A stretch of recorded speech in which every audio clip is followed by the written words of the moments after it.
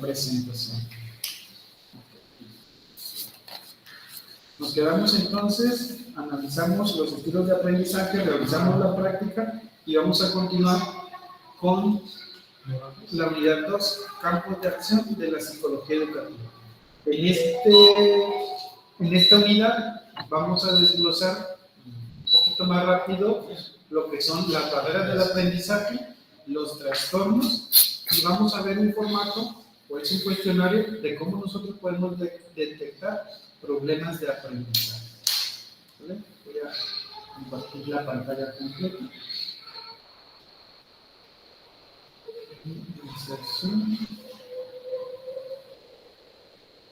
¿Habían escuchado ustedes hablar sobre las barreras para el aprendizaje y la participación? ¿Las BAP? No. ¿No? ¿Carlos? Sí. ¿Sí había escuchado hablar de ellas? Muy bien, los que estamos en línea, ¿habíamos escuchado hablar de las BAP?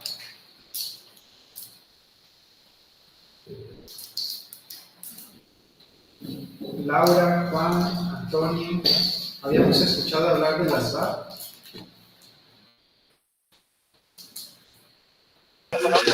Sí, ya había escuchado sobre ello. Ok, gracias. Laura.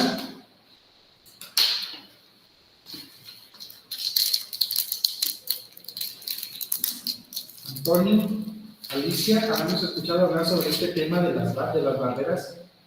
Ok, Antonio dice que no había escuchado, yo no, tampoco Alicia. Dice que es un tema muy peculiar para la psicología educativa, ya que a partir de las barreras, a partir de la identificación de estas barreras, nosotros podemos ahora sí que actuar como docentes o como psicólogos educativos. ¿Qué es una barrera de aprendizaje para la participación? Bueno, pues este término se adopta en lugar de necesidades educativas especiales, para hacer referencia a todas las dificultades que experimenta cualquier alumno o cualquier alumna. Hay términos correctos y términos incorrectos. Los términos correctos, es decir, el alumno que enfrenta barreras para el aprendizaje y la participación, y los términos incorrectos, es decir, un alumno que tiene necesidades educativas especiales. ¿Vale? Ahora vamos a encontrar esa gran diferencia. A través de los años han venido cambiando la forma en que hacemos referencia a este grupo de personas vulnerables que presentan barreras para el aprendizaje y la participación. Dice, ¿sabías que los alumnos que no tienen barreras, ya consideradas que las BAP surgen de la interacción entre los estudiantes y los contextos, pues las personas, los políticos, las instituciones, las culturas y las circunstancias sociales y económicas que afectan a su vida? Vamos a revisar entonces cómo es que se dividen estas BAP y les va a ser más sencillo a ustedes identificar. Cuando hablamos de barreras, es algo que impide que el conocimiento llegue al alumno, ¿verdad? Y podemos clasificarlas en actitudinales. Una barrera actitudinal, ¿qué será? Relacionadas con la actitud de rechazo, segregación, exclusión o sobreprotección. Así es decir, la actitud que tomo yo como docente hacia mis alumnos. ¿Cuáles son esas acciones? Claro que sí. Sí. Negación de inscripción, falta de inclusión en las actividades, planear sin tener en cuenta las características y necesidades del alumnado, se limita la participación del alumnado. Ok, entonces podemos ver aquí muy claramente que una barrera puede ser nuestra propia actitud, es decir, que a veces la actitud que tenga tanto yo como el alumno puede afectar para que éste no pueda tener el aprendizaje o la participación dentro del aula. Las siguientes son las pedagógicas. La concepción que tienen los educadores sobre sus acciones de enseñanza no corresponden ni al ritmo ni al estilo de aprendizaje del alumnado. Hay que tener mucho cuidado ahí porque acabamos de ver algo nosotros. Acabamos de ver un instrumento que nos permite ver los estilos de aprendizaje. Entonces, si yo como docente frente a grupo no estoy planeando de acuerdo a los estilos de aprendizaje, estoy poniendo una barrera. ¿Cuál es esa barrera de aprendizaje? Las pedagógicas, ¿cierto? Y bien, ¿cuáles serían las acciones, Alicia? Enseñanza homogénea, no se ofrecen apoyos requeridos pensando que el resto del grupo se retrasará o no se cubrirá el programa. Planeación de actividades de grados inferiores. ¿A qué se referirá enseñanza homogénea, Carlos? ¿Los dos? De una misma forma, ¿verdad? Yo quiero transmitir el tema de una misma manera para todos mis alumnos, sabiendo que mis alumnos pues tienen capacidades, habilidades y estilos de aprendizaje diferentes. Entonces hay que tener mucho cuidado y no cometer esa acción para no estar poniendo barreras para el aprendizaje a mi alumno. De organización. Hace referencia al orden y estabilidad en las rutinas de trabajo, aplicación de normas y distribución de espacios y claro. También puede ser una barrera, ¿verdad? ¿Qué pasa ahora que hemos escuchado mucho sobre los espacios que permiten aprender más? ¿Recuerdan ustedes el nombre de esos espacios?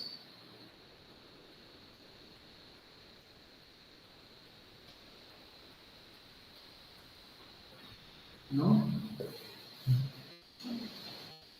Ok, vamos a ver si nosotros normalmente recordamos nuestra aula, en el caso de Alicia y en el caso de los compañeros que ya están frente al grupo y de los que no. Recuerden un espacio en este momento de trabajo. Los que estamos aquí presencial vamos a ver este espacio de trabajo.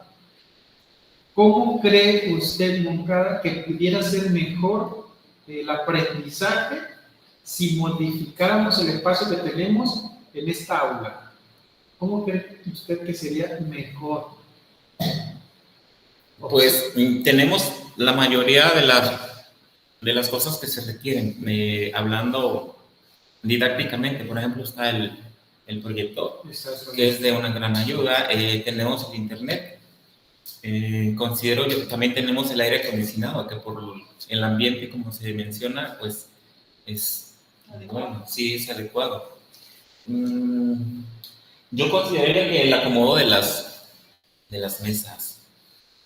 ¿Cómo acomodaría las mesas? Depende de lo que se vaya a dar y impartir en la clase. Por ejemplo, esto es como para una conferencia, para un club de conversación, Mesa de debate. Sí, una mesa de debate. De acuerdo a lo que se vaya a ver, se va a hacer el acomodo. Entonces, considero que sería esa parte. Así es. Es la parte de la organización y tiene que ver con modificar el mueble de acuerdo a lo que yo estoy enseñando. Si yo soy maestro de inglés, entonces mejoraría muchísimo si tengo un rincón de lecturas de la enseñanza del inglés. Si tengo un material en específico que esté utilizando, un material que vaya a estar utilizando dentro del aula. Encontrar cuál sería el mejor acomodo de ese material dentro del aula. ¿Sabes? Y materiales que no son accesibles al alumnado, por supuesto, no hay que tenerlos dentro del aula. ¿Sí? Vamos a avanzar entonces. Como por ejemplo, maestro. Ok. Si nosotros tenemos un curso taller de capacitación, se recomienda se le llama así, estructura herradura. Es decir, acomodar las mesas de tal manera que yo como tallerista pueda pasar en medio y a la vez atender a todos los alumnos. Vamos a ver cómo es la herradura. Como las mesas normalmente son cuadradas, entonces aquí están las mesas de trabajo y el docente o el tallerista puede estar en media y observando cada actividad que se esté realizando. Normalmente en los talleres se maneja material concreto. ¿Cómo puedo revisar mucho mejor este ambiente de aprendizaje? Pues a través de una estructura de manera rápida. Si yo soy un maestro bilingüe y quiero hacer una conversación, para una conversación o un debate se recomienda una mesa redonda, ¿sale? Y quien esté dentro de la mesa redonda también va a ser la persona que va dirigiendo pues la conversación. Sí.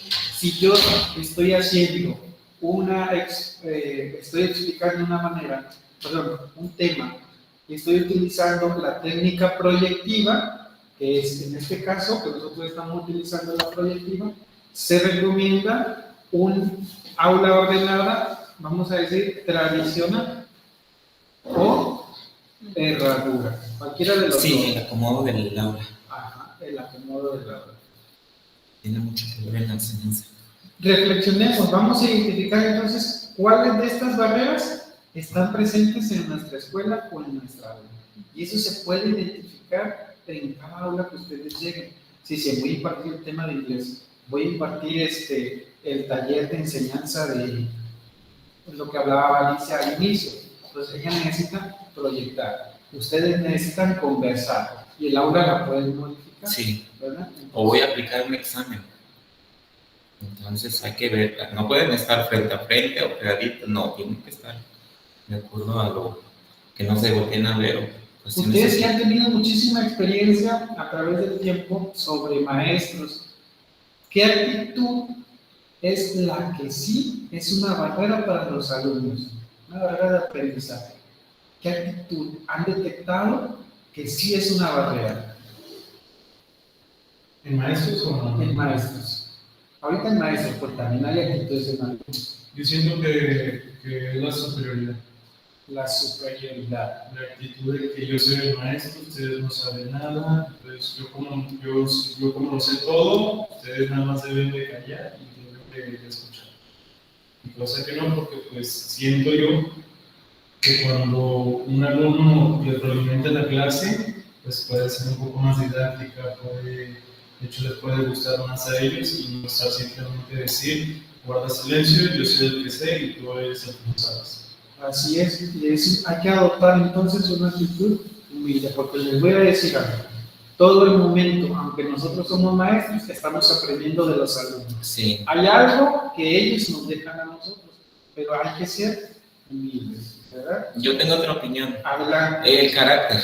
Carácter. Sí, por ejemplo, si yo llego a un grupo nuevo y si demuestro, como dicen, mucha superioridad, sí, la prepotencia, pero también no voy a ser flexible desde el principio porque eso va a generar como de que, bueno, vamos a hacer con el maestro lo que se nos dé la gana. Pues inclusive no solamente lo podemos manejar en las aulas. No es muy rígido, no es muy rígido, pero tampoco muy flexible. Sí. Empezar mejor, ser disciplinado para mejor jalar cuando se te vayan a salir de control, a que empieces muy flexible y en un punto que digas, bueno, ya no sé controlar el grupo. Lo primero que te van a decir, oye, entonces, pues también lo podemos manejar en las áreas administrativas, porque si tenemos un director prepotente, enojón o estricto de más, o una coordinadora, un asistente. Hacer una barrera para es que... una barrera, así es. Entonces, ¿por qué? Porque no todos, como dice el maestro, la prepotencia o el sentirte superior a los maestros,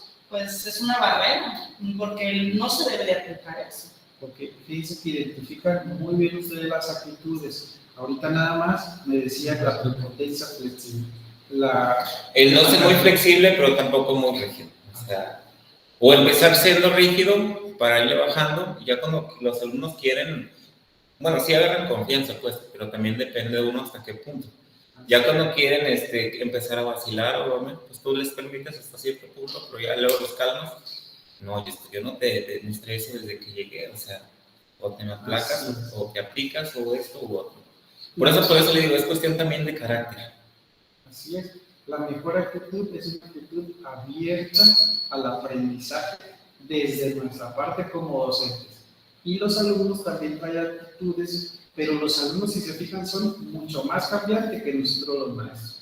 Es decir, cuando vienen de casa, algunos desatendidos, algunos con problemas, algunos a la carrera, algunos desvelados. Entonces, dependiendo de la situación de cómo lleguen a la escuela de casa, es una actitud que van a mostrar en cualquier tema que estés impartiendo.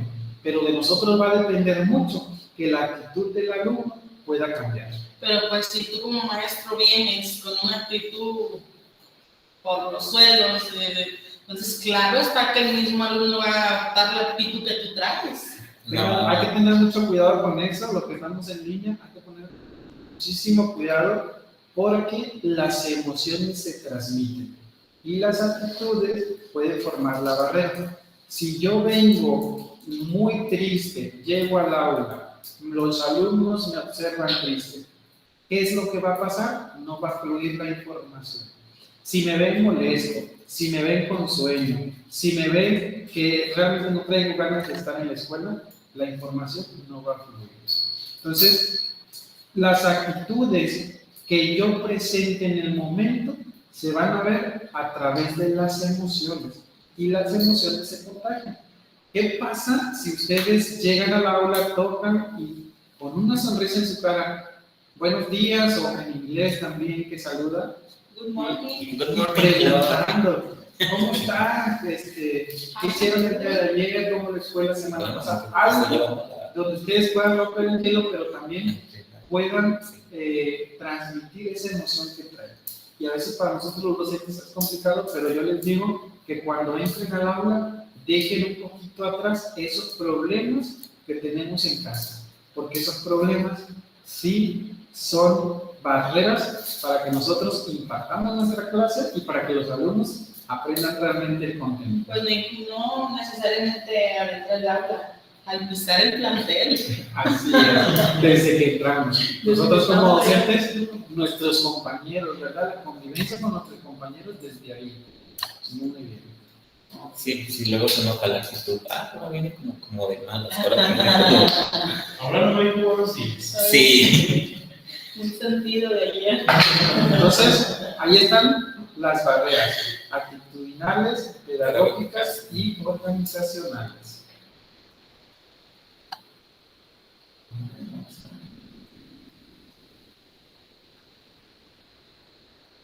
Adelante, Juan José.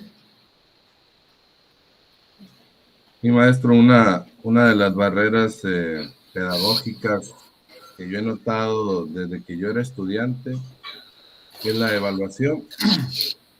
La evaluación, el proceso de evaluación tiene sus fallas desde la planeación y las no adecuaciones que hacen o que hacemos muchos maestros.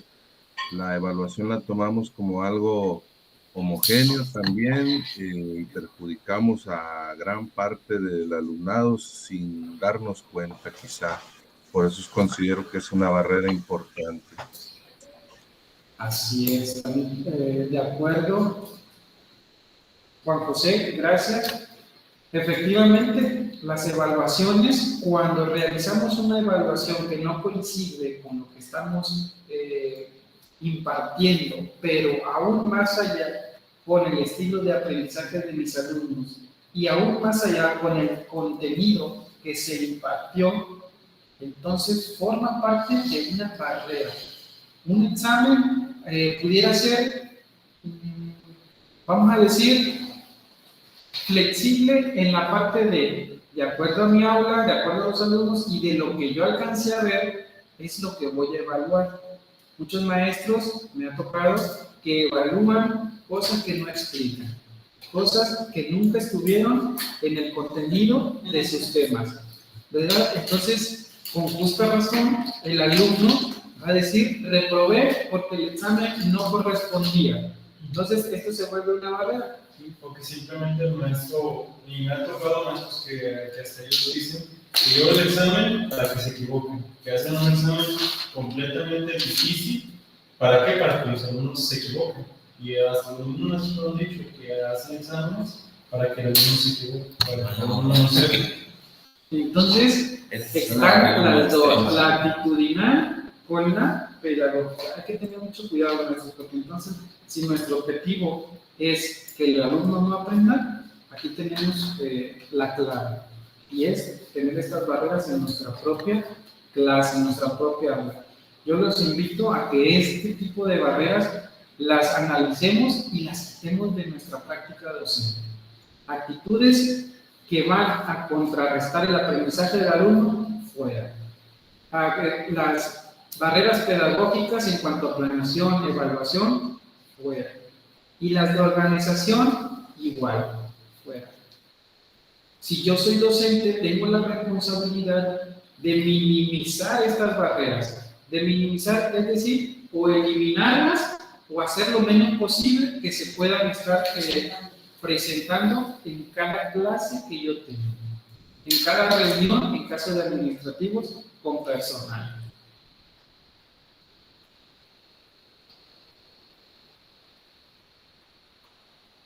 Y bueno, ahora nos vamos a la parte de los trastornos específicos del aprendizaje.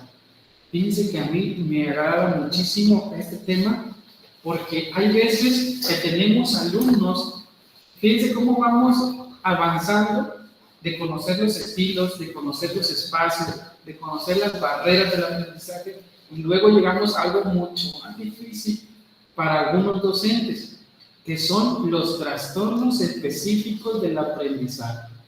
¿Habían escuchado hablar de esto? ¿Los que estamos en línea, los que estamos presencial? ¿Trastornos específicos? Ajá. O trastornos del aprendizaje o del neurodesarrollo. Así como de trastornos específicos o no, pero trastornos del aprendizaje sí. ¿Ok? ¿No tampoco? Tampoco. Ok. Vamos a meternos un poquito más, y sí les voy a pedir que cualquier cosa que se les haga importante de este tema lo registren, porque habrá una actividad en plataforma relacionada con los trastornos específicos del aprendizaje. Bien. El trastorno específico del aprendizaje es un trastorno de neurodesarrollo con un origen biológico que es la base de las anormalidades a nivel cognitivo que están asociadas a los signos conductuales del trastorno. Una característica principal son las dificultades persistentes para aprender aptitudes académicas esenciales que surgen durante los años escolares. Así es.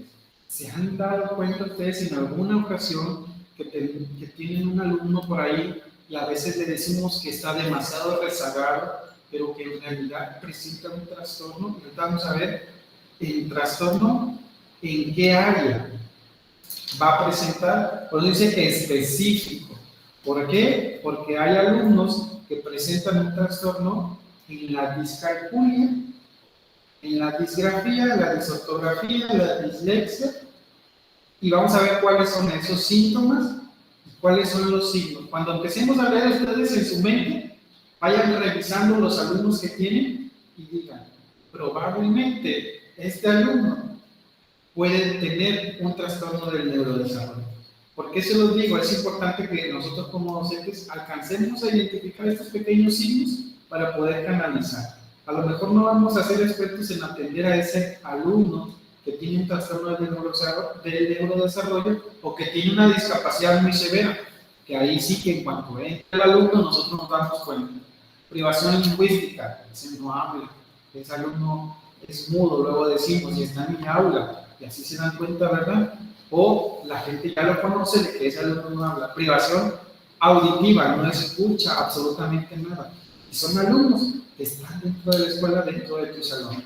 O es un alumno que tiene autismo, que tiene TDA, que tiene síndrome de Down y está dentro de tu aula. Es un alumno que tiene la percepción baja. Vamos a ir a ver cuáles son esos signos específicos. Adelante. ¿Signos y síntomas? Sí. Signos y síntomas. Dificultad en el aprendizaje y en la utilización de las actitudes académicas evidenciados por la presencia de al menos uno de los siguientes síntomas que ha persistido por lo menos durante 6 meses. Lectura de palabras imprecisa o lenta y con esfuerzo. Dificultad para comprender el significado de lo que lee. dificultades ortográficas, dificultades con el razonamiento matemático, dificultades para dominar el sentido numérico, los datos numéricos o el cálculo. Las aptitudes académicas afectadas están sustancialmente y en grado cuantificable por debajo de lo esperado para la edad cronológica del individuo e interfieren significativamente con el rendimiento académico o laboral o con actividades de la vida cotidiana. Así es. Entonces, cuando yo estoy impartiendo una clase y me doy cuenta que ya estoy en secundaria, que ya estoy en preparatoria, pero el alumno tiene un signo donde la lectura de palabras es imprecisa o lenta y lo hace con mucho esfuerzo. Ustedes sí se han ubicado ese tipo de alumnos, a lo mejor es un rezago, a lo mejor es un trastorno, pero yo quiero que identifiquen o recuerden a un alumno que tiene mucha dificultad para hacer una lectura corta. Sí. ¿Sí? También. También, los que estamos en línea. Sí, también. Ok, entonces ahora vamos a identificar, tal vez que sea ese mismo alumno u otro, donde no comprenda las indicaciones básicas que voy a dar como maestro frente al grupo. ¿Se han encontrado con este tipo de alumnos que tienen que explicar 2, 3 o 4 veces? ¿Sí? Los Okay. es lo que más peor. ¿Se han encontrado con alumnos de preparatoria que la ortografía es muy mala o que cambian palabras o que cambian letras cuando escriben, pero que lo hacen tanto que pareciera que lo hacen adrede para que nosotros alcancemos a identificarlo? No hablo de una ortografía allá cada párrafo, no hablo de una ortografía que es muy visible. ¿Se lo han encontrado?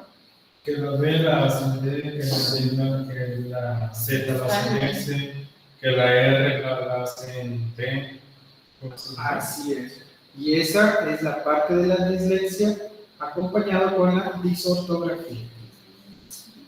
Vienen las dificultades con el razonamiento matemático.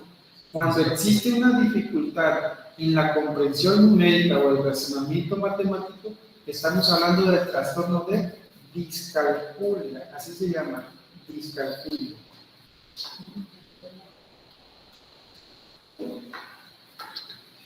¿Sale? Entonces, a continuación, vamos a ver los subtipos. Fíjense bien que trae una numeración 315.00F810. Esta numeración viene desde el manual de psiquiatría y del CIEDES. Esos manuales, los psicólogos educativos y los psicólogos clínicos lo utilizamos para comparar la conducta y el comportamiento de ese alumno con las especificaciones que el manual me lo dice. Si coinciden, hace rato hablábamos de meses, 6 meses o más. Si coincide este comportamiento o esta conducta, pudiéramos decir que tiene esa dificultad, que tiene ese trastorno del neurodesarrollo, pero a lo mejor va a ser leve, moderado o grave. Una vez que nosotros detectamos cuál es esa dificultad en el aprendizaje, ahora tenemos que detectar en qué medida está en desarrollo es ese mismo trastorno del aprendizaje. Dice, con dificultades en la lectura, precisión en la lectura de palabras, velocidad o fluidez de la lectura y comprensión de la misma, o sea, de la lectura. Y eso lo vamos a llamar con dificultades en la lectura. El 315.2 es con dificultad en la expresión escrita, corrección ortográfica, corrección gramatical y puntuación, claridad u organización de la expresión escrita. Y con dificultad en matemáticas, sentido de los números, memorización de operaciones aritméticas, cálculo correcto, fluido, razonamiento matemático correcto. Ok, si está ahí, vamos a decirlo de esta manera, como ejemplo nada más. Si estás ahí, ahora, ¿en qué grado te encuentras? Leve, moderado o grave. Vamos a leer primero el grave. Dificultades graves en las actitudes de aprendizaje que afectan varias áreas académicas, de manera que el individuo tiene pocas probabilidades de aprender esas actitudes sin enseñanza constante e intensiva, individualizada y especializada durante la mayor parte de los años escolares. No, ¿verdad? Moderado. Dificultades notables de aprendizaje en una o más áreas académicas, de manera que el individuo tiene muy pocas probabilidades de llegar a ser competente sin algunos periodos de enseñanza intensiva y especializada durante la edad escolar. Tampoco, ¿verdad? Leve. Algunas dificultades con el aprendizaje en una o dos áreas académicas, pero lo suficiente leves para que el individuo pueda compensarlas o funcionar mejor. Ok. Aquí, en esta parte, es muy importante saber que cuando un alumno presenta un trastorno del neurodesarrollo con un especificador grave, es muy probable que no se encuentre en la aula regular, que no lo encuentren en una primaria. Es como un niño especial, ¿no? Ese niño lo encontramos en una escuela especial que se llama CAM, Centro de Atención Múltiple. Y creo que aquí en el Ixtlán del Río cuentan con unos cercas, perdón, está uno en Aguacatlán, como a 15 minutos de aquí. Sí está, pero si es CAM, yo pensé que era de ayer. No, si es CAM, es el CAM número 5. Yo pensé que la primera con el En Tepic, creo tenemos 4 y en diferentes, que les puedo mencionar ahorita, de San Blas, Villa Hidalgo, Ruiz, Acaponeta, Bahía de Banderas en San José, tenemos aquí en Aguacatlán. Sí, ya me acordé que en Aguacatlán. Sí. Así, y les digo tenemos porque yo estoy dentro de este sistema de educación especial atendiendo alumnos con discapacidad grave, ¿sale? Nada más que mi campo, el campo que yo atiendo actualmente es el de Ruiz. Anteriormente estaba atendiendo el de Acaponeta. Les dije que en el de Acaponeta me encontraba como director. Me cambié a Ruiz y ahora estoy como maestro frente a grupo de alumnos con 5 discapacidades severas. Es decir, tengo una alumna con discapacidad múltiple, así se le conoce, porque tiene discapacidad física, privación lingüística y privación auditiva. Tiene discapacidad múltiple. Tengo alumnos con síndrome de Down, tengo alumnos con autismo, tengo alumnos con déficit intelectual y tengo alumnos, bueno, también es discapacidad múltiple la otra niña. Entonces, tengo 9 alumnos, tengo 9 discapacidades y a cada discapacidad se le imparte el mismo tema con una instrucción diferente. Entonces, lo que yo quiero que ustedes reflexionen aquí con esto que les estoy contando es que los docentes de educación especial hacemos una planeación, mismo tema, diferente instrucción, porque ya sabemos que nos vamos a encontrar un alumno que no escucha. Entonces, imagínate si yo estoy explicándote y no escucha. Entonces, tengo que hacer una adecuación a la planeación. Eso es lo que se le está pidiendo también a todos los docentes frente al grupo de escuelas regulares, como ustedes que tienen la experiencia de estar en preparatoria, ahorita escuché también que en secundaria, a nivel universidad.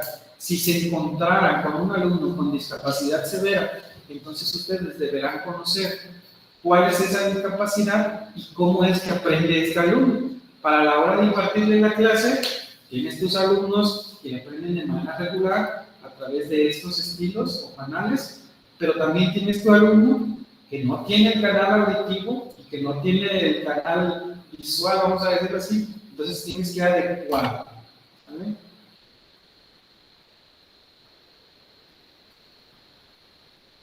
Un gran trabajo como maestro. Claro, si quisiera, si se pudiera, que nos llevara a practicar el cambio.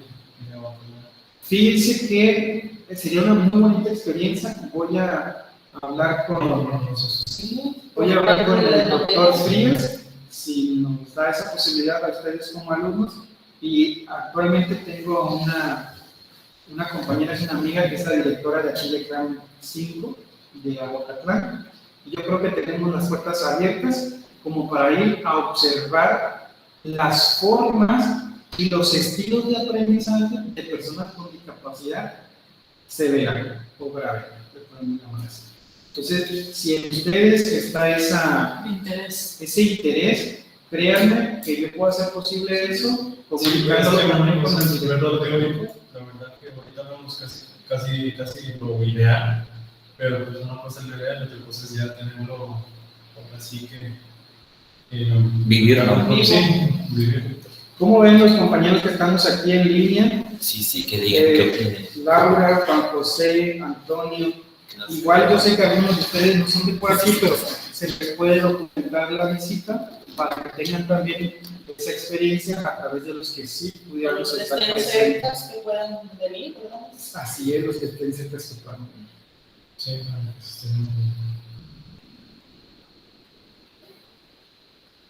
Los escucho, Antonio.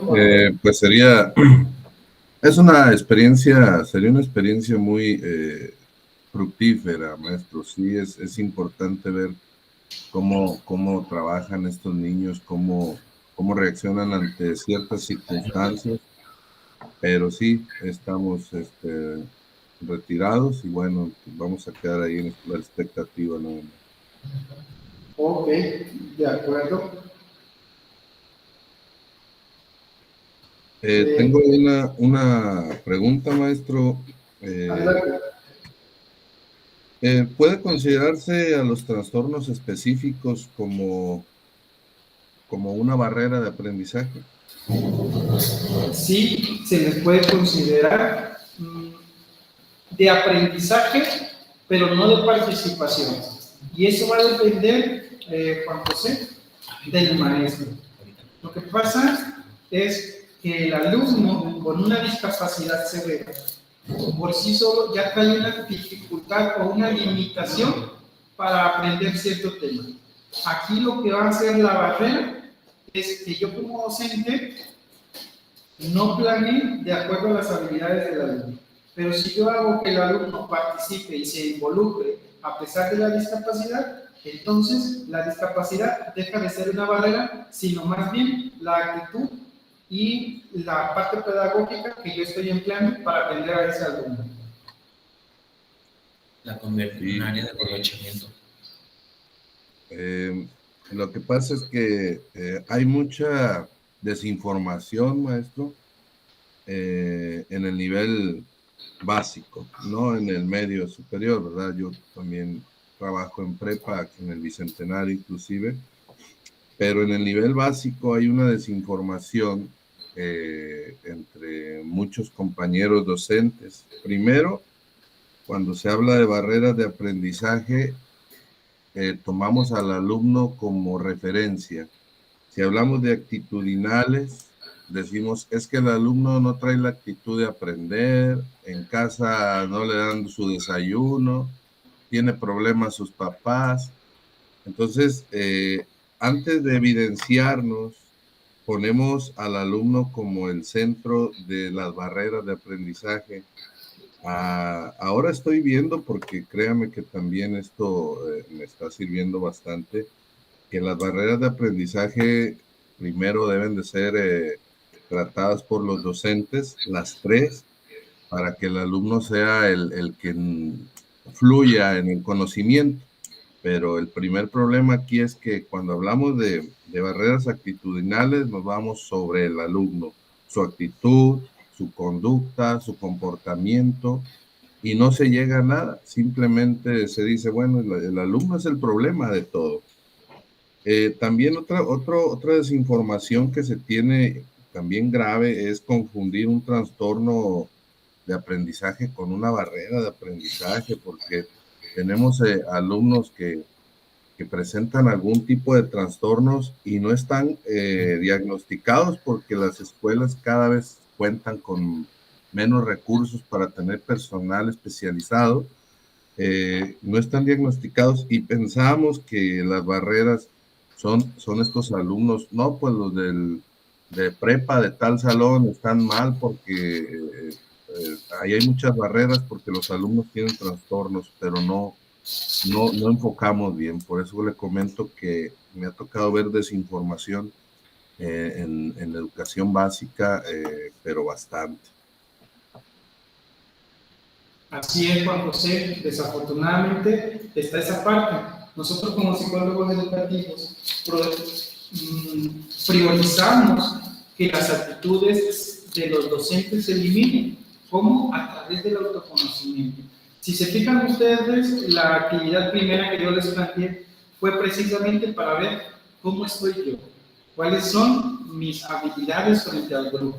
Esa es la que quedó pendiente que van a realizar ustedes, pero es precisamente porque siempre que hablamos de barreras del aprendizaje, empezamos a decir que es el alumno, o siempre en las reuniones que tenemos, empezamos con las actitudes de los alumnos o de los padres de familia. Y claro que sí, también influye. Cuando hablamos de barreras, Juan José, no nada más son estas tres que yo puse, pero estas tres son las que impactan. Podemos hablar también de barreras didácticas, de barreras físicas, sociales, políticas, culturales, ¿verdad? Pero las que más impactan dentro del aula son estas tres. Entonces, sí, desafortunadamente coincido, casi siempre decimos que es el alumno, pero porque a veces desconocemos un trastorno, cómo voy a atender o qué trabajos le voy a poner a un alumno que presenta una discapacidad severa y ya lo tengo en el aula. ¿Cómo lo atiendo? Y es normal que como docentes nos dé miedo o no queramos atender a un alumno con una discapacidad severa. Pero usted sabe que en educación básica existen muchos alumnos ahorita que ya son aceptados y que es lo que se requiere. Que se abran los espacios y las infraestructuras para atender alumnos, por ejemplo, con síndrome de Down, que ustedes por ahí deben de conocer a algún alumnito que está en la primaria, de algún primito de la escuela de educación regular, pero que a la escuela de educación regular ya existe un alumno con autismo, ya existe un alumno o dos con síndrome de Down. En el caso contrario, que es en los centros de atención múltiple, ahí no aceptamos alumnos que no tengan una condición grave, que no tengan una condición severa.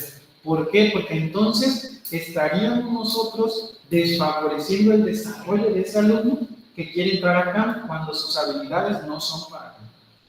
Entonces, sí somos muy selectivos. Incluso les comento a ustedes que cuando un alumno logra desarrollar habilidades para estar dentro de un salón de clase de regular, me estoy refiriendo a una primaria. Cuando yo digo a primaria regular, es la que normalmente nosotros conocemos. ¿Vale? Entonces, lo que hacemos en CAM es trabajar sobre esas habilidades para que se desarrollen y que si en algún momento adquiere las habilidades para estar en una primaria, hacemos un vínculo en donde el alumno brinca ya a una primaria, secundaria o preparatoria regular. ¿Verdad? Muy bien, vamos a continuar entonces y muchas gracias por su aportación. Para estos alumnos que tienen un trastorno del neurodesarrollo, existe un tratamiento tanto psicológico como farmacológico.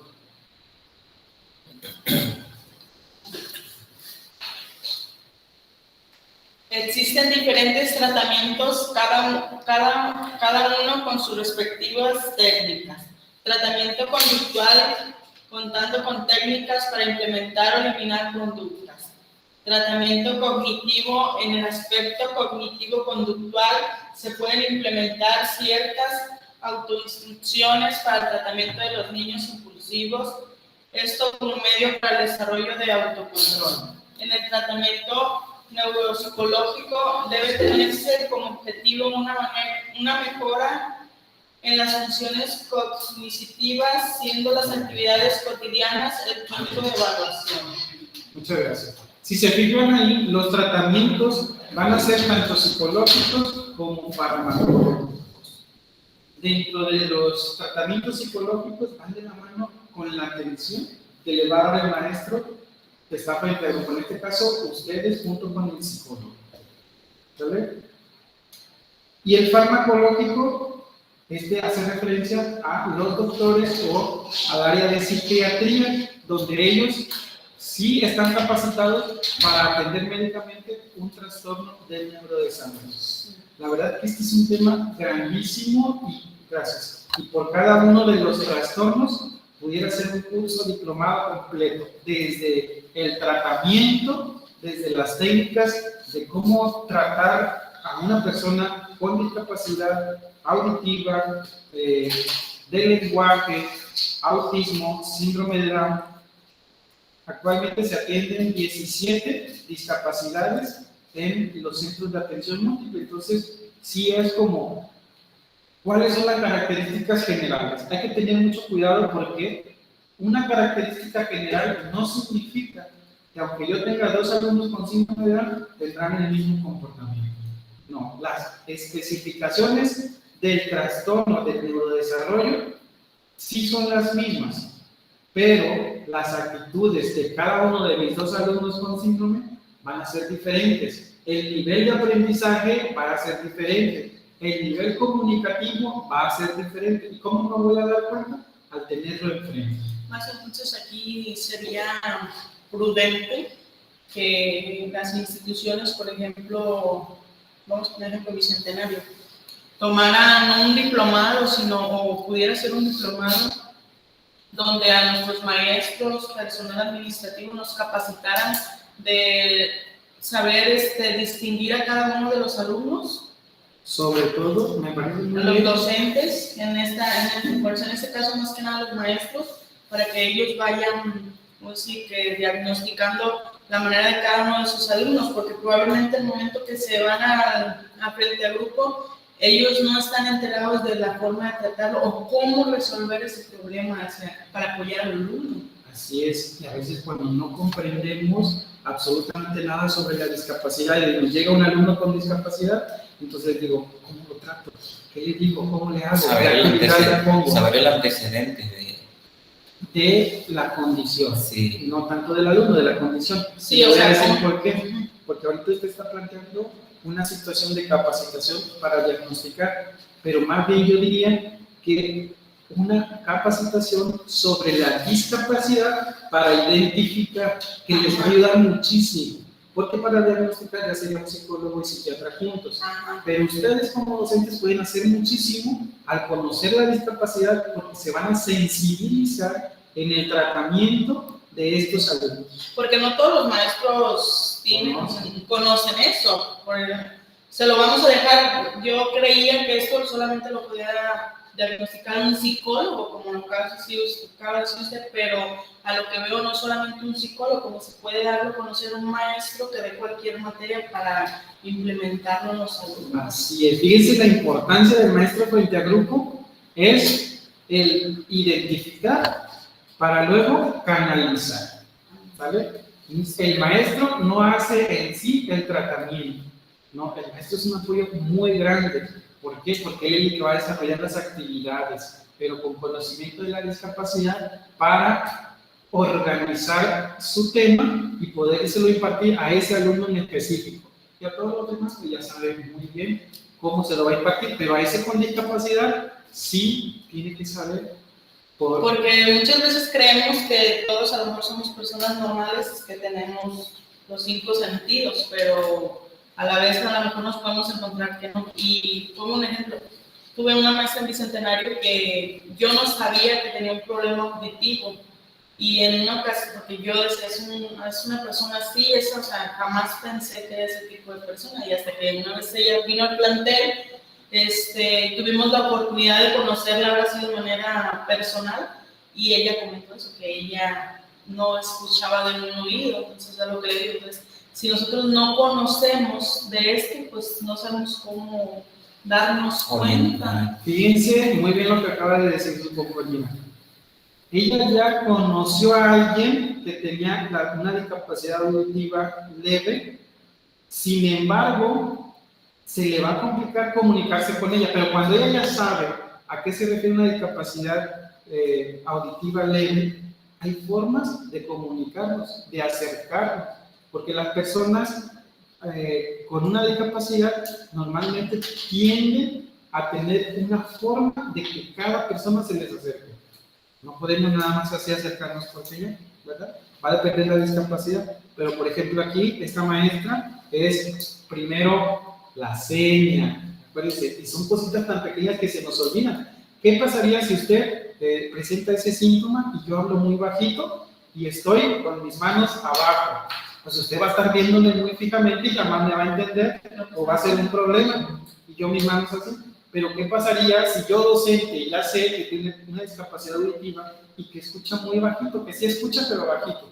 Entonces, si yo hago esto, significa, estoy moviendo la mano, para los que están ahí, estoy moviendo la mano y digo, si yo hago esto, ¿qué es?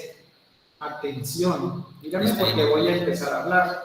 Y cuando yo hago esto, volteas, tienes mi atención y subo un poquito más el tono con el que normalmente hablo, porque me estoy refiriendo a una persona con una discapacidad auditiva leve. ¿Sí? ¿Qué pasa si yo tuviera un alumno con autismo? Ahí es diferente. Ahí voy a revisar si el alumno permite que me le acerque o no. El autismo tiene ciertas realidades que necesitamos poner mucha atención. Por ahí van a escuchar, es que las personas con autismo tienen una gran capacidad cerebral, inteligencia, en temas específicos, es verdad. Pero que también el alumno no es sociable, también es verdad. Y también que el alumno tiende a, si hago este ruido, se desespera y empieza, y hasta se quiere salir del aula, o empieza a llorar, a gritar, lo que sea. Porque no nos acostumbramos. Así es. Entonces, como docentes, tenemos que conocer esas características generales de la discapacidad de cada uno de nuestros alumnos. Si es que tuviéramos alumnos con diferentes discapacidades. Pues es que no precisamente puede ser un niño Down o una persona así. Ahí vamos a ver la diferencia entre una discapacidad severa y un trastorno del neurodesarrollo. Si yo estoy hablando que mi compañero tiene discalculia, que es precisamente un trastorno que afecta únicamente las operaciones aritméticas básicas y la escritura de los números y la comprensión y operación numérica, entonces en el área de matemáticas yo no puedo estar explicando acá y diciendo, porque él va a poder leer bien, lo que no va a poder es comprender lo de los números. Y uno como maestro va a decir, oye, pero pues si no estás leyendo y te veo con tus 5 sentidos al 100 y todo, ¿cómo es posible que en matemáticas estés muy reprobado? Bueno, pues es posible cuando tenemos este trastorno y no ha sido identificado. ¿Vale? Entonces hay que tener mucho cuidado con esto. Vamos a avanzar. Ahí les puse un material buenísimo que está en plataforma. Ustedes tendrán la oportunidad de revisar. Ahora sí que lentamente y cuidadosamente este material que yo les subí sobre las discapacidades y los trastornos. Hay un cuestionario que lo vamos a ver de rapidito para alcanzar a ver lo demás. Se llama CEPA, es decir, cuestionario de problemas de aprendizaje. Y este va para, se puede aplicar desde educación primaria y secundaria. ¿Sale? Voy a tratar de abrir el archivo, a ver si lo tengo por aquí, el cuestionario.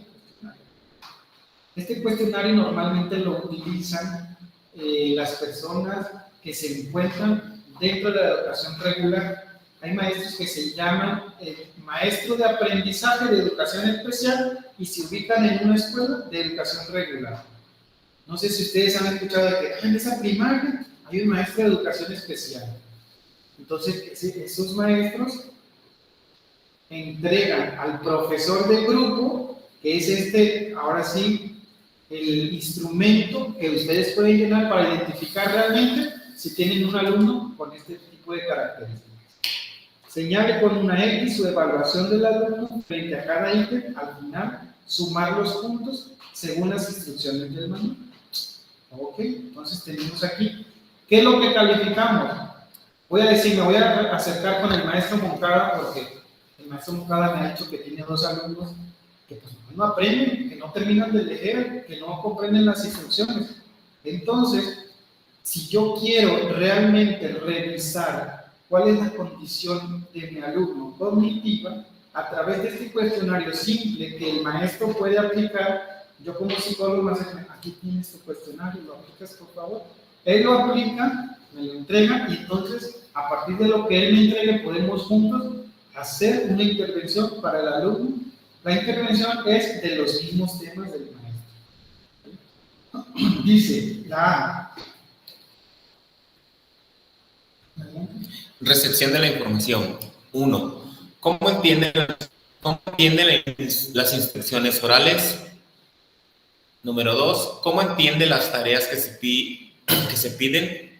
Número 3. ¿Cómo escucha? Número 4. ¿Cómo comprende el vocabulario y el significado de las palabras corrientes que emplea el profesor o de los textos?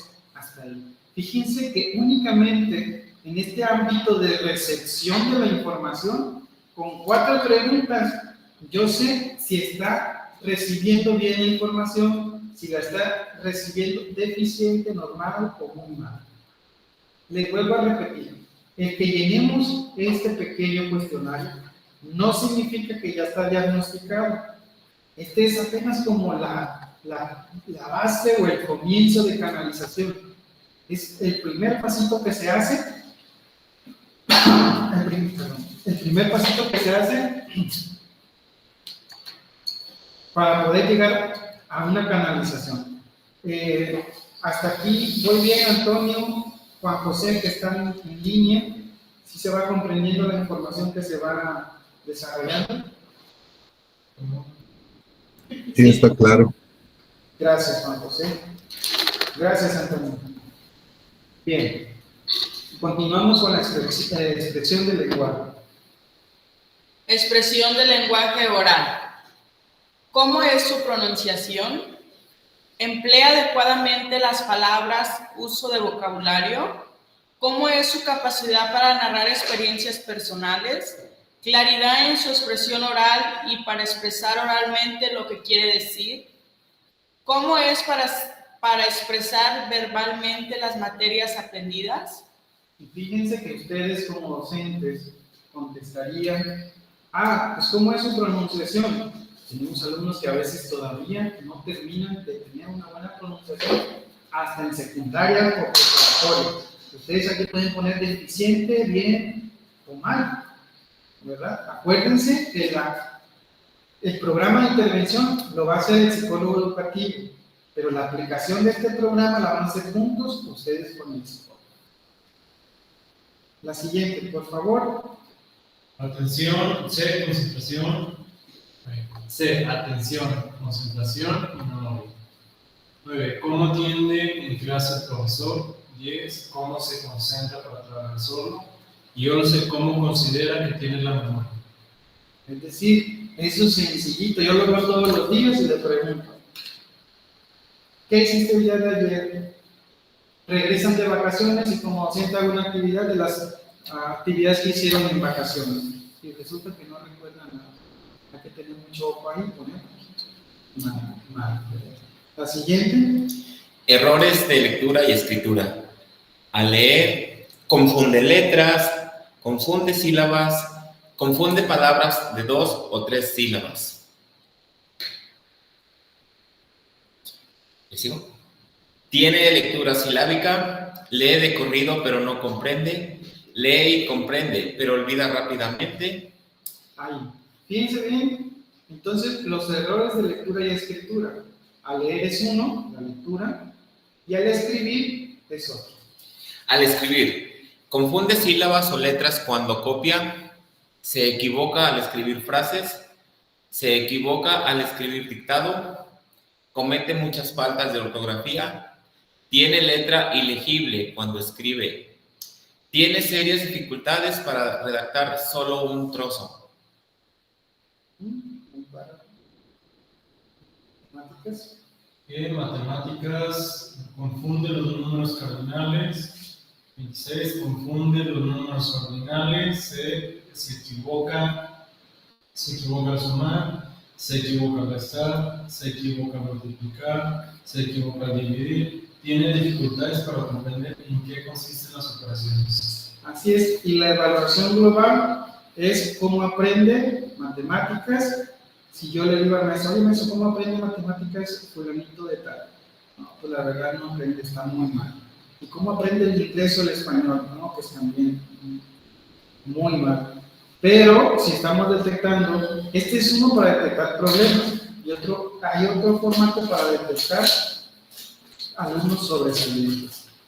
Y el último, que es la inteligencia, cómo se encuentra la inteligencia del niño. Es decir, tú como maestro tendrás que responder, pues la verdad es un alumno en inteligencia más o menos, que es satisfactoria o normal, o deficiente o mal. Da pena decir, bueno, no decir, sino que como que dar ese tipo de respuestas a los padres, a veces como por ejemplo ella que está encargada de las áreas, a veces que preguntan, ¿y cómo ven los alumnos? ¿Si aprenden? O sea, es como de, ¿qué les digo? O sea, miento, disfrazo la verdad o se la digo tal cual. Hay que tener mucho cuidado ahí, porque sí, es verdad que se lastiman susceptibilidades, sí, pero es importante saber que cuando nos preguntan algo, ya estamos haciendo un estudio entre el psicólogo y el maestro, es información confidencial. Los resultados se entregan a los padres de familia, pero no se les dice que tiene una inteligencia mala o no aprende su hijo esto. No, más bien los resultados van enfocados a las áreas de oportunidad que ustedes ya conocen, que tienen una deficiencia, vamos a decirlo así, pues deficiente. Pero a los padres de familia, a los demás maestros, el mismo psicólogo, cuando habla con los maestros, pues les dice los puntos de oportunidad. Es como más darles una calificación cualitativa. Más cualitativa. Que cuando es capacidad severa, sí. Cuando es un problema de los discalculia, disgrafía, dislexia, ahí se califica de manera diferente, porque acuérdense que no afecta otra parte de nuestro cerebro, sino únicamente eso.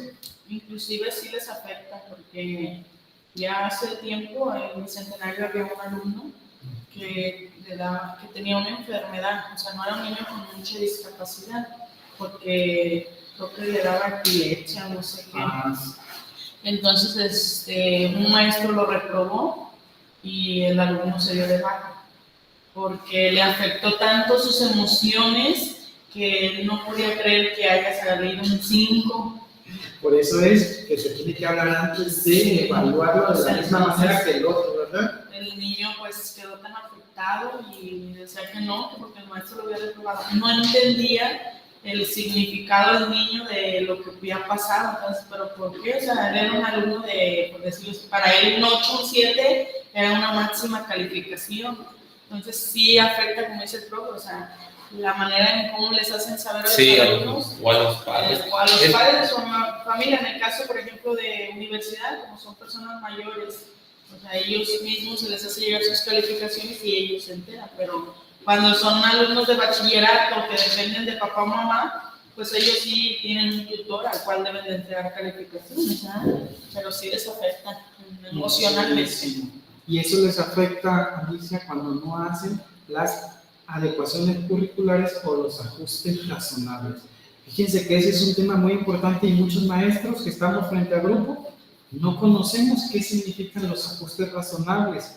Ahí les va para que tengan mucho cuidado. Cuando una persona es diagnosticada con una discapacidad y está en tu salón y tú eres maestro de esa persona, muchos no lo conocen, pero ahí les va a poner mucha atención en este dato.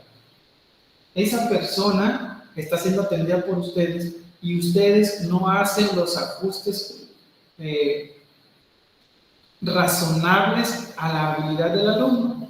Ustedes están atentando y eso se vuelve un delito y pueden ser demandados por los padres de familia o por la misma institución.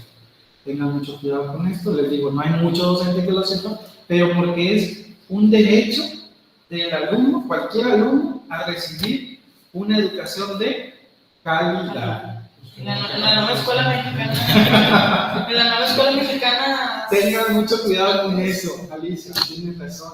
Entonces, por supuesto que se hieren a las personas, pero sobre todo cuando una persona tiene una discapacidad tan grande y nosotros como docentes caemos en esas barreras para la realización de la participación y no hacemos esos ajustes, porque ese es otro tema tan importante que se habla de cómo hago los ajustes, qué son los ajustes, en dónde aplico los ajustes razonables.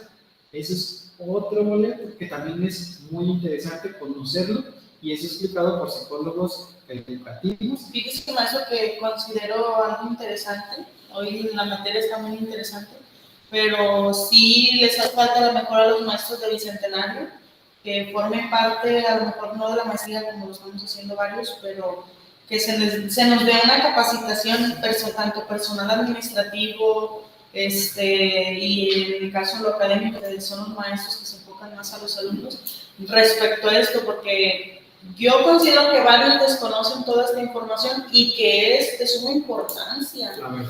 Entonces, sí, qué bueno que el director no que esté ahorita allí en línea, pero para que, como dice usted, se anote y se dé a conocer un psicólogo que esté enfocado al área de la educación y que comprenda y sepa para que toda esta información se haga extensiva y se nos haga llegar a todos, porque podemos estar varios frente a grupo, pero desconocemos toda la información, inclusive tanto directivos y todo eso también no están empapados con esta información que es de suma importancia.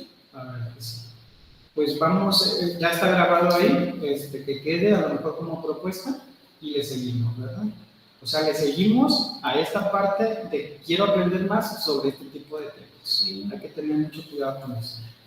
Les dejo ahí el cuestionario también en la plataforma para que ustedes a la hora que decidan van a poder descargarlo.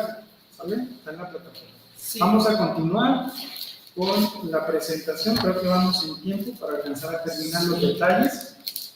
A lo mejor salimos unos 15, 20 antes. Sí, para irme. Y dice así, yo hace rato les hablaba de una codificación que es el DSM-5, vamos a decir que es la Biblia de los psicólogos y de los psiquiatras. El CIE-10, estos dos libros sí o sí los tiene que conocer el psicólogo. CIE-10 y DSM-5. ¿Están en la plataforma? Estos dos no están, pero se los puedo subir si ustedes tienen esa necesidad de revisarlos. Sí. Y aquí viene específicamente los trastornos del neurodesarrollo para diagnosticar si mi alumno tiene o no tiene ese trastorno del neurodesarrollo. Viene la clasificación estadística internacional de esas enfermedades y problemas relacionados con la salud, que es el CIE-10, y viene la guía de consulta de los criterios diagnósticos del DSM-5. Es decir, dice, vamos a decir, discalculia, que ustedes ya saben, que ya aprendieron que es un problema con las operaciones aritméticas o cálculos matemáticos, para más rápido, cálculos matemáticos. Se van ustedes a la guía de consulta de los criterios diagnósticos. Los criterios serán entonces signos y síntomas que vienen bien claritos sobre si los está presentando el alumno. Es decir, viene ahí, presenta problemas al realizar operaciones aritméticas básicas de 1 o 2 números. No conoce la escritura de los números del 1 al 10. Y presenta esto de 3 a 6 meses. Entonces, son un conjunto de criterios que si vamos a decir, si el alumno tiene todos estos criterios para diagnosticar discalculia, podemos decir que sí, este alumno presenta discalculia. Pero no solamente me quedo con ese criterio diagnóstico, porque acuérdense, es un criterio diagnóstico. Tengo que irme a la observación, tengo que irme a la práctica, tengo que irme a un estudio cerebral para confirmar este diagnóstico. ¿Vale? Bien. Voy a darle siguiente. Y vamos a pasar a la siguiente actividad que dice así. Actividad plataforma. En un documento de Word, elabore un resumen de hasta 4 cuartillas máximo acerca de los campos de acción de la psicología educativa. Este resumen debe destacar los siguientes puntos. Número 1, el papel de la psicología educativa. Número 2, funciones del psicólogo escolar. Número 3, el proceso del psicodiagnóstico. Y número 4, conclusiones personales. Fíjense bien, no quiero que quede duda en esta actividad. Es simplemente un resumen de lo que nosotros estamos hablando y hemos venido hablando acerca de la psicología educativa, del psicólogo escolar, cuál es la función y cómo es el proceso del psicodiagnóstico. Proceso del psicodiagnóstico a través de pruebas, baterías o test que se le puedan aplicar, o cuestionarios como el que ya vimos. Esta actividad la podrán consultar también en plataforma y ahí viene un documento muy específico que aborda los 3 temas. Y conclusiones personales, pues son cosas que ustedes de manera personal van a ir describiendo ahí. Entonces, esta es la actividad que van a encontrar en plataforma. ¿Hay alguna duda? Los que estamos en línea, Antonio y Juan José, ¿hay alguna duda? No, todo bien. Gracias. Ninguna, dice Antonio, muy bien. Entonces, estos son los puntos para la actividad en plataforma, Alicia, ¿sabes? Sí. Y vamos con la unidad 3, la psicología educativa experiencial, la catarsis social, la psicología del lenguaje y la integración de los procesos psicológicos. Fíjense algo muy importante, los procesos psicológicos vienen inmersos desde el nacimiento hasta la muerte de las personas. ¿Qué significa? Que pues viene inmerso y no podemos dejar de hablar de un proceso psicológico dentro de la psicología educativa. ¿Qué es la catarsis? Es una experiencia purificadora de las emociones humanas. Como tal, la palabra proviene del griego catarsis, que significa purga o purificación. Como sinónimos de catarsis se puede emplear las palabras limpieza o liberación.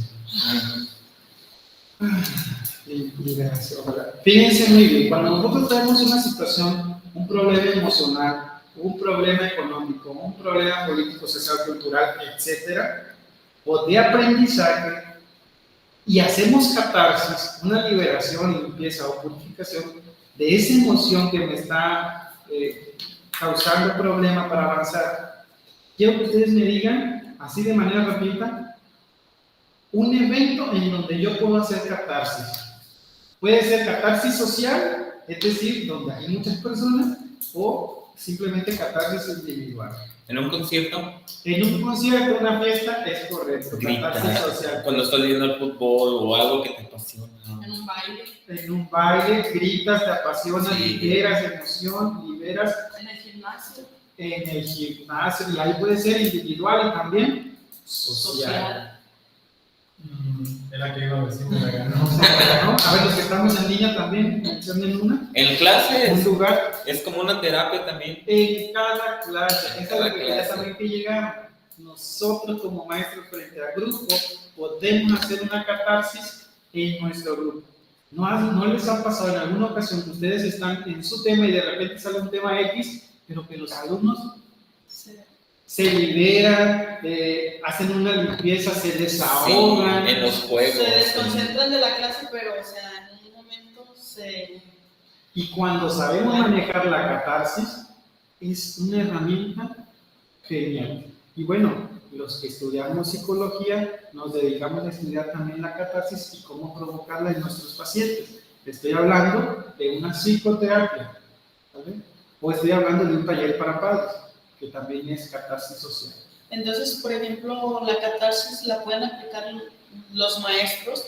Por ejemplo, están en clases y están tan emocionados que pueden hacer como un break y aplicar, por ejemplo, un juego, algo para que el alumno... Así es. De Se hecho, desinhiba, se integre. la participe. pausa activa cognitiva se le conoce también como una catarsis social, donde liberamos, purificamos.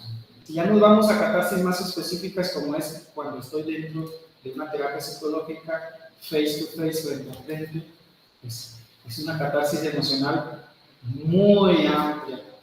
¿No les ha pasado que a veces tienen amigos y se van a un café y se sienten relajados a platicar con ese amigo? O lo contrario. ¿O ustedes son los que hacen No, catarsis? bueno, no es que ellos lo hacen y te dejan como toda la carga emocional. Hay que tener cuidado con esa parte. Yo hago catarsis, por ejemplo, en mi celular. Me pongo a ver videos o algo como para desestresar lo que yo traigo. Entonces ahí lo aviento. Yo salgo a correr en las mañanas con mis perros, es como, me sirve como terapia. Excelente. Yo Es creo una que- forma de catarsis. Sí. ¿Algo? A ver, los que estamos en línea, Antonio y Juan José. No volvería loco sin eso. Lo leo, Antonio y Juan José, adelante. Y la limpieza de tu casa, no sé cómo es. Bueno, la catarsis, como decía un compañero, está surgiendo en este momento porque cualquier nuevo conocimiento que se adquiera en lo particular, nos está levantando, ¿no? Entonces, en este momento está surgiendo. Muchas gracias, Juan José. Fíjese que ese tipo de catarsis es una catarsis, vamos a decir, individual, porque usted, Juan José, hace catarsis cuando adquiere nuevo conocimiento, que a lo mejor no pasa con otros alumnos, pero si con usted pasa, está excelentísimo. El adquirir conocimientos, yo hago catarsis, excelente, ¿verdad? Aquí, hace un momento, reflexionaba Moncada, hay que tener cuidado porque luego toda esa... Ajá. En lugar de desestresar, bueno, en lugar de hacer catarsis, tú te quedas con la carga emocional que traía. Pues sí se libera a lo mejor esa tensión, El mal humor te lo pasan. pero es de lo que él o ella libera, pues. Así es, hay que tener mucho cuidado con eso, es importante saber no quedarnos con la carga emocional,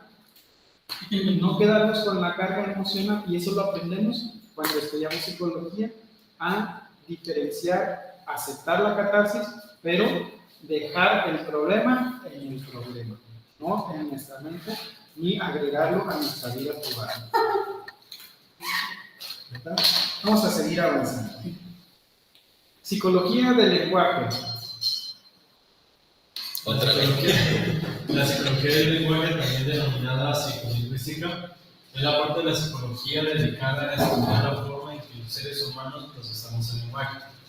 Su objetivo es, por lo tanto, explicar cómo comprendemos y producimos el lenguaje, es decir, cuáles son los mecanismos cognitivos y cerebrales que nos permiten expresar nuestras ideas y sentimientos a través de los sonidos y entender los mensajes que nos llegan de otros sonidos. Hay que tener mucho cuidado aquí porque a veces nos explican algo y no comprendemos el mensaje. O nos pasa con nuestros hijos, nuestros vecinos, nuestros alumnos, que decimos, es que le estoy pidiendo esto y me entrega esto o otro. Es que le digo que no haga esto y él hace esto. Te pedí que subrayaras y lo circulaste. Exactamente. Entonces, puede ser que tu lenguaje no haya sido directo o no haya sido comprendido por el resto. En este tema les dejé un libro que estuve utilizando durante muchos años, que es el de Psicología del Lenguaje. Ahí lo tienen la imagen. Y voy a hacerlo un poquito más amplio para que vean los conceptos que se utilizan dentro de Psicología del Lenguaje. Fonemas, palabras, conversación, letras, léxico, recepción, sintaxis, pronunciación, morfemas, emisor, mensaje, comunicación. Este es un libro que viene a hablarles tanto del lenguaje comunicativo como del lenguaje corporal y del lenguaje verbal y no verbal. Entonces, ahí se los voy a dejar para que lo puedan revisar ampliamente. ¿Lo vas a subir en PDF? Lo voy a subir en PDF a la plataforma. Creo que ya lo subí el día de ayer. Ya lo tienen ahí. Y hablábamos sobre que los procesos cognitivos o los procesos psicológicos no pueden faltar jamás en el aprendizaje. ¿Por qué lo decimos? La sensación, Sensación, activación de células especializadas receptoras, las cuales mandan información al cerebro y es el procedente de la percepción. Así es, percepción. Proceso de organización y asignación que da sentido a la información sensorial. Correcto. La atención. Proceso discriminativo y complejo que acompaña todos los procesos, de todo el procesamiento cognitivo responsable de filtrar información y asignar los recursos para permitir la adaptación interna del organismo en relación a las demandas externas. Se clasifica en atención selectiva y dividida, según la distribución de la misma y está regulada por su oscilación. Muy bien. Memoria e inteligencia. Fíjense bien esto que acabamos de ver. Inteligencia. Todas las personas tendrán un grado de inteligencia. Los Sí. niños, los jóvenes, adultos y ancianitos. Pero Sí. Todos llaman diferente. Entonces, por eso se le llama, ¿cómo? Procesos proceso. psicológicos básicos, ¿verdad? Pueden decir procesos cognitivos o procesos psicológicos. Hacemos alusión a lo mismo. Todas las personas tienen sensaciones, Sí, percepción, también. atención, Sí, memoria sí. E inteligencia. e inteligencia. Todas estas en diferentes niveles, pero las tenemos, por eso son procesos cognitivos básicos, que todas las personas lo tenemos. Pero los superiores, a través de los primeros, siguen los superiores, como el Pensamiento. Es la manipulación de representaciones mentales de información, sea de palabras, imagen visual, sonido o datos, buscando transformar la representación de la información en una forma nueva y diferente para responder preguntas, resolver problemas o alcanzar metas. Sus habilidades son formación de conceptos, razonamiento deductivo o inductivo, solución de problemas, creatividad y estrategias cognitivas o motivacionales para aprender. correcto. Fíjense bien la capacidad de pensamiento. Hay algunos que pueden hacerlo y otros que no. Los que estamos en línea de rapidito, nada más voy a decir 2 instrucciones y me dicen si pudieran hacerlo o no. Imaginen una estrella.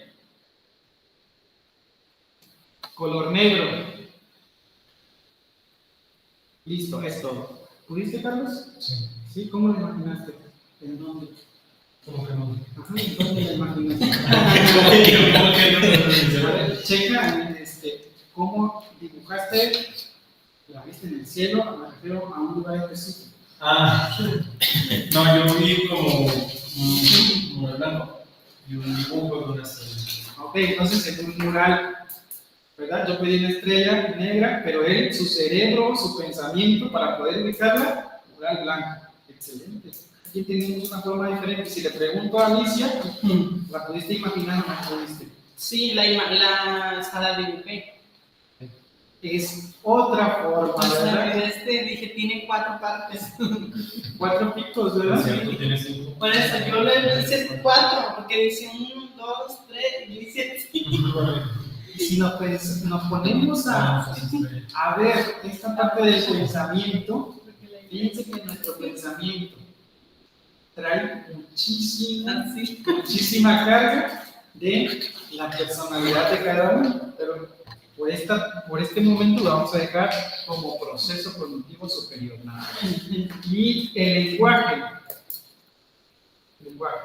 Instrumento sistemático de comunicación que mediante el uso de sonidos vocales, hablado, de signos, escrito o gestos no verbal, permite representar y expresar ideas acerca del mundo y así comunicarnos. Es adquirido, articulado y simbólico y se genera como racional, empírico, práctico y técnico y como simbólico, mítico, mágico y poético. Así es. Este es superior, también el lenguaje. Ya hablábamos del lenguaje en las diapositivas anteriores. Y los activadores, los procesos psicológicos activadores, es la motivación y la emoción. Y otro de los superiores es el aprendizaje. Este sí nos podemos ir si no lo Compartimos. Procesos psicológicos activadores, motivación,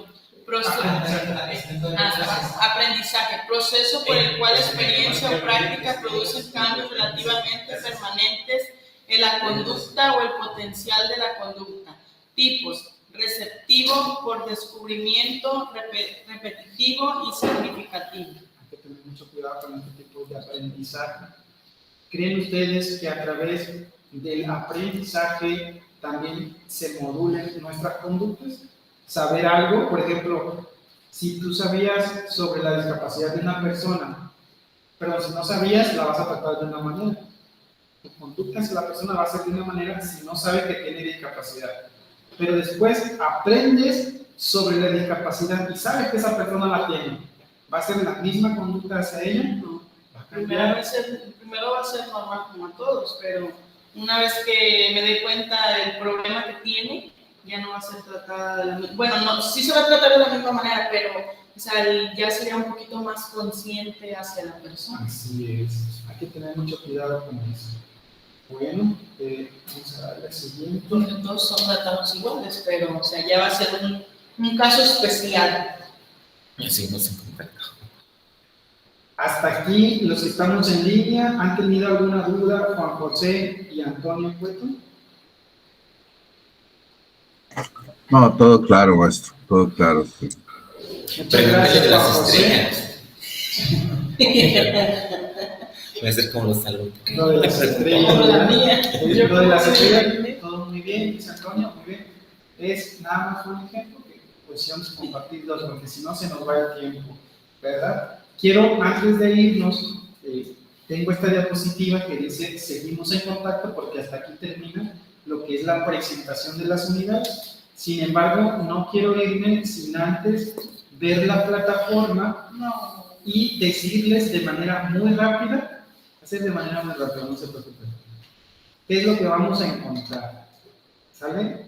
Incluso ustedes saben que estoy a disposición si tuvieran alguna duda o algo para querer contestar y no pudieran, con gusto yo los voy a atender a través de una llamada, a través de la plataforma, o un mensaje por el grupo que el doctor Jorge tuvo a bien a realizar. Está la unidad 1, generalidades de la psicología, y vienen todas las actividades y los documentos que ustedes van a poder revisar. Luego la unidad 2, aquí la tienen en los campos de acción, que ya los veíamos, los problemas de aprendizaje, las barreras. Está la unidad 3, psicología educativa experiencial, donde hablaba sobre la psicología del lenguaje. Aquí está el libro, miren, aquí está el libro. Y la unidad 4, está el postcurso. Quiero entrar precisamente al postcurso para que vean que sí están las actividades que ustedes deberán entregar a través de esta misma plataforma, y la pueden hacer llegar en el transcurso de las semanas. Nada más que la primera actividad sí se las pedí para el día viernes, ¿vale? Entonces en el postcurso vamos a seleccionar solamente una de las siguientes actividades. Aquí vienen 3, pero a lo mejor Alicia dice, no, pues es que yo quiero realizar el análisis de contenido de 1, la 3, la 2, solamente 1 para que no piensen que es demasiado, ¿vale? El análisis de contenido de un programa constará de los siguientes elementos. Vamos a seleccionar el programa de plan de estudios al nivel que pertenece. En este caso, el maestro creo que es Antonio o Juan José, pues van a seleccionar la fase 6 del programa de la Escuela Nueva Escuela Mexicana, y ustedes, pues el programa de inglés, los dos, ¿verdad? Sí. No sé si están manejando ahorita, ¿cuál están manejando ustedes? ¿El de bachilleres? ¿Colegio de bachilleres? Sí, ¿verdad? Sí, ok, van a seleccionar de la DGB. Van a seleccionar ese, y aquí vienen las indicaciones, qué es lo que van a hacer con ese programa. Y por último, y más sencillo que todo, es un ensayo acerca de la importancia de la psicología de la educación. Es decir, que todo lo que vimos, me compartieron aquí casi un ensayo completo de por qué sí es importante, de cómo aplico esto, de cuáles son las ventajas de conocer técnicas para aplicar dentro del área de cada uno de ustedes. ¿Y qué es lo que va a tener? Una carátula con datos generales, va a tener una introducción, un desarrollo, una conclusión, una bibliografía, y si existieran anexos, pueden agregarlos. ¿De cuántas cuartillas? ¿O eso ya es a conciencia? Unos 5 o 6 hojas. Aproximadamente. Pues de introducción se hace como una y desarrollo Aproximadamente. Sí, va a ser algo bien, bien sencillo, pero muy provechoso para ustedes. ¿Vale? ¿Hasta aquí tienen alguna duda? Yo sí tengo una duda, pero no es, a lo mejor no es de la clase.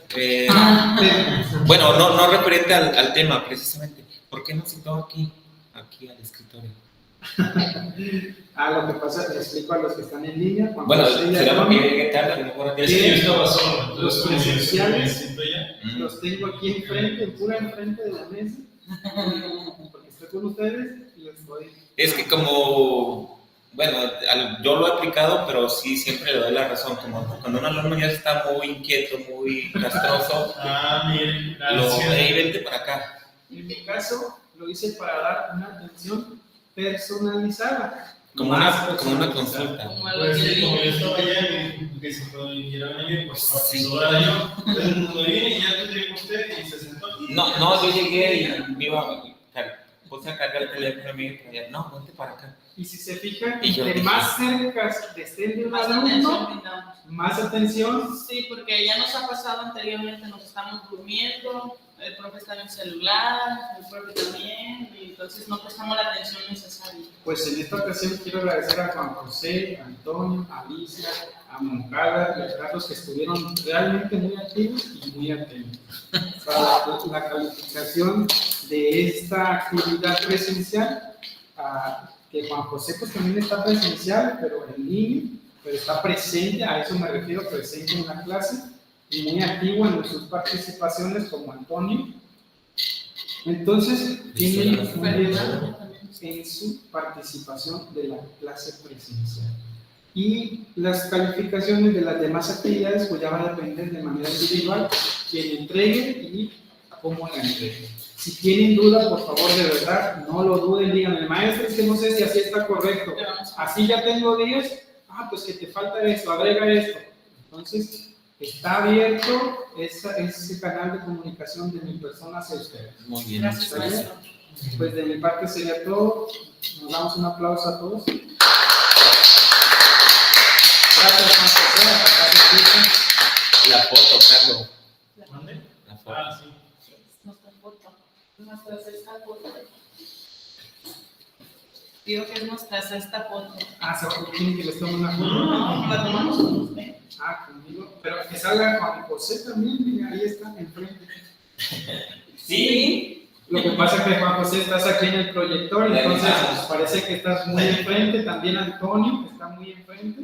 Que se ponga la foto del Entonces, maestro Antonio. ya está usted listo para la foto, Juan José.